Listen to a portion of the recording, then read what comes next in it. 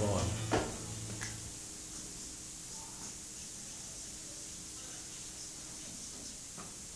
Telling others. Well, you know, this is a quick but important. They have a hard time expressing themselves. After all, this is largely, quote, ineffable. It's inexpressible. They're in an area that they've never been in before. And so they have a great deal of difficulty in saying what they know. And the other truth is, half the people don't believe them. They say, you're making it up, you're going nuts, which we all expected anyway to happen with you. And that turns them off from telling anybody else, including a lot of pastors who don't listen, and nearly all doctors who don't listen. Well, they used to not listen, that's true. There have now been so many cases that it's very hard to resist the idea that actually they should be listening by now. Here's a particular story. The last thing the light said to me before I came back to my body, back to life, was, well, what it boiled down to was that he would be back. He was telling me that I was going to go on and live this time, but that there would be a time when he would be getting in touch with me again and that I would actually die. So I know that the light will come back and the voice, but as to when, I'm not sure. I think it'll be a very similar experience, but I think a better one, really, since now I know what to expect and won't be so confused.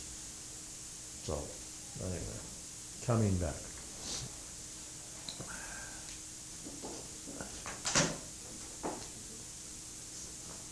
Effect.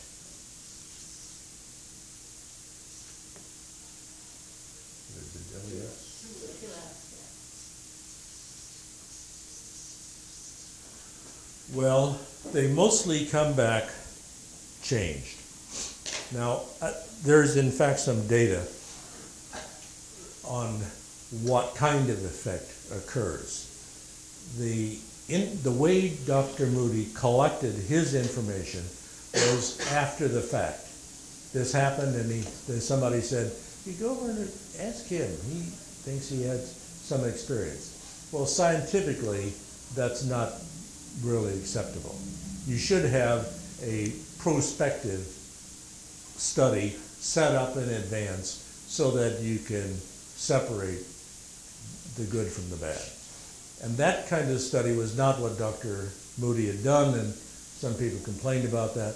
That kind of work has now been done, and we're going to review that book. It's a book by Dr. Pim van Lommel, and we'll review some of his data, and he talks about what the effect was. And just to whet your appetite, one of the things that happens is that the effect is to decrease the, quote, interest in religion and to vastly increase the interest in spirituality. So somewhere along the line some part of this group felt that they didn't really need any more information about the afterlife or God's plans for them or who Jesus was, but they all revered and reverenced the light that they had been shown and had a greater and greater interest in it. Okay, let's see if I can give you some more background on this. Effect on lives, new views of death. Well, you know,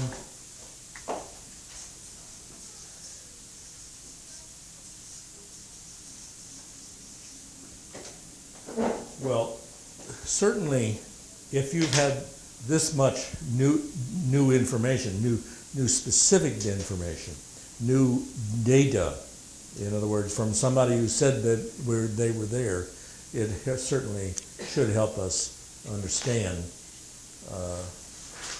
something about the afterlife. Here is the way one person put it. I was above the table and I could see everything they were doing.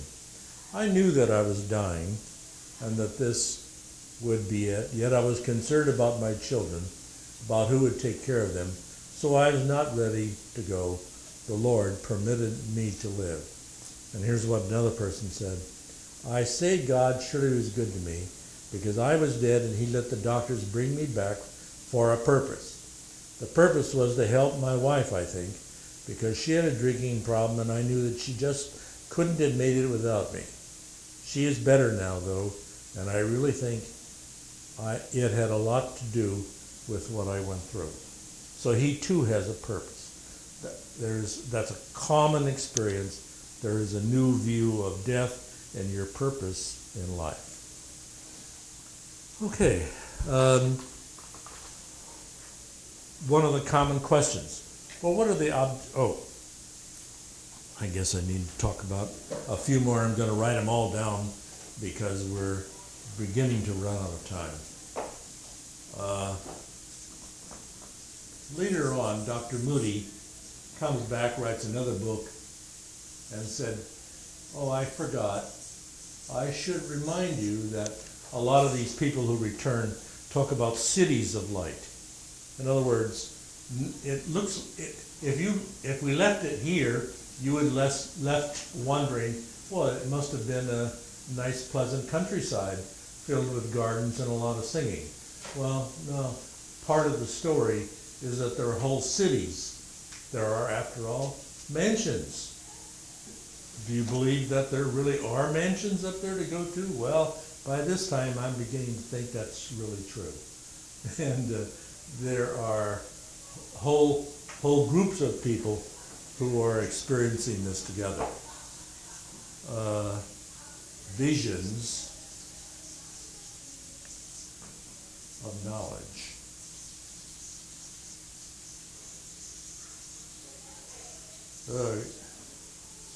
I'm sorry I didn't write too well from a distance, but anyway, these visions of knowledge and are expressed something like this.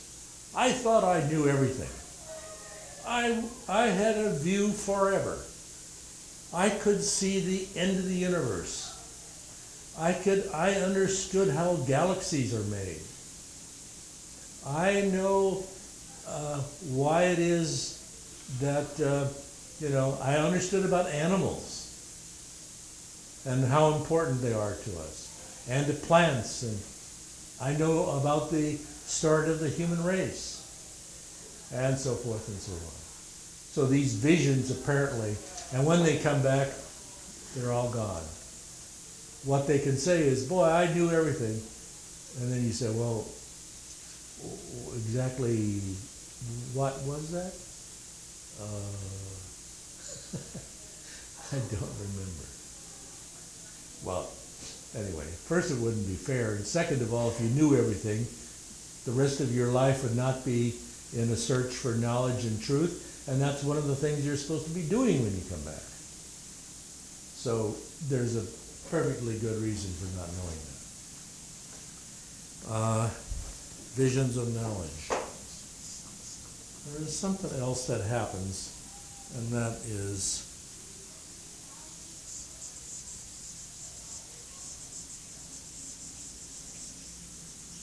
supernatural rescue. There are also stories that coming back, they say, well, I'll tell you what, I was driving my truck along and I lost control of it. It started skidding on the road and I knew that I was going to have an awful wreck here. And in the meantime, while he's thinking that, he is already going through a life review. And when he finally gets his life review done, he gets to the end then he crashes. So in that very short time that it takes to skid across the road and go down a hill, and it was during that time of the life review that he said, well, it's not your time, so we're going to send you back. And then he wakes up, finds, and without a scratch on himself personally, wakes up and continues the rest of his life. So that kind of supernatural rescue also seems to occur. Okay, there are some specific other issues, and we might as well get into at least some of them. One of the real problems is, and complaints is, well, I don't believe you. Where's the data? Or the first one that they argue about is that, oh, well, you know what? The devil is behind all this. Now, I don't know why that always appears near the top of the list, but it seems to do so. And Dr. Moody at least complains about that and says, well, you know what?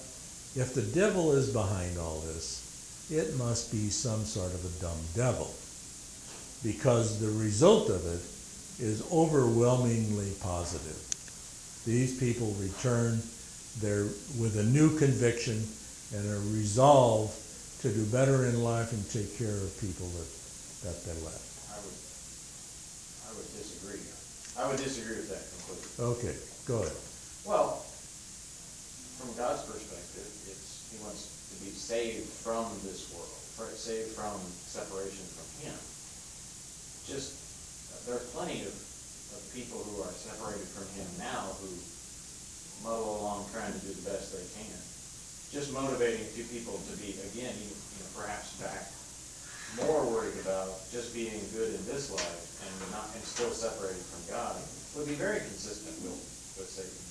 I find, especially in our country, our life now, that some of the people most inclined to be separated from God are the ones who seem the most blessed. Or I look at the parable of not the parable, but the story of the 10 lepers. That's one I always come back to.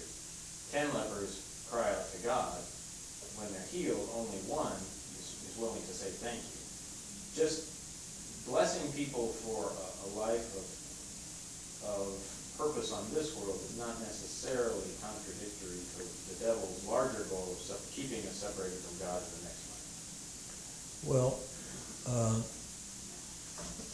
okay, that's a really interesting point. It's also true that the people who come back don't think they're separated. That you cannot get them to change their mind. Mm-hmm. You can talk to them about, oh, you made it up. No, I didn't. Oh, you were dreaming. No, I wasn't dreaming. So that the people themselves certainly believe that they are closer to God and they act like it in their life. Now, I don't know. I just don't know if we can draw a conclusion either way. Oh. That's what I'm saying. That's a good point. If Dr. Moody's saying, oh, I'm pretty sure it's not that, I would hesitate on ruling out. Yeah, great point. And it doesn't have to be, we can also, I don't think we should necessarily group them all together and say, all of these experiences are from the devil, all of these are from God. Maybe there's a mix. So. Well, that's an important part.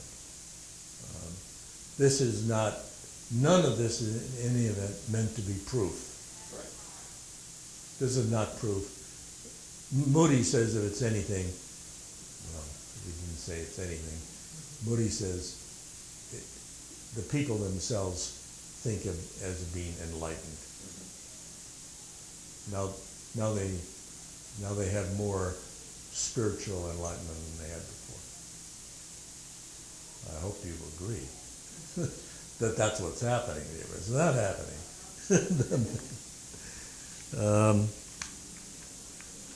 Well, let's see.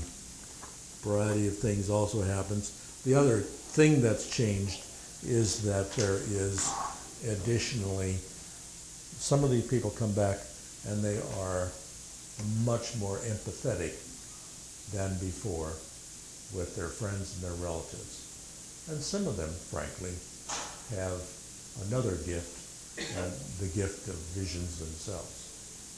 Not universal by any means, probably rare, but nevertheless also true.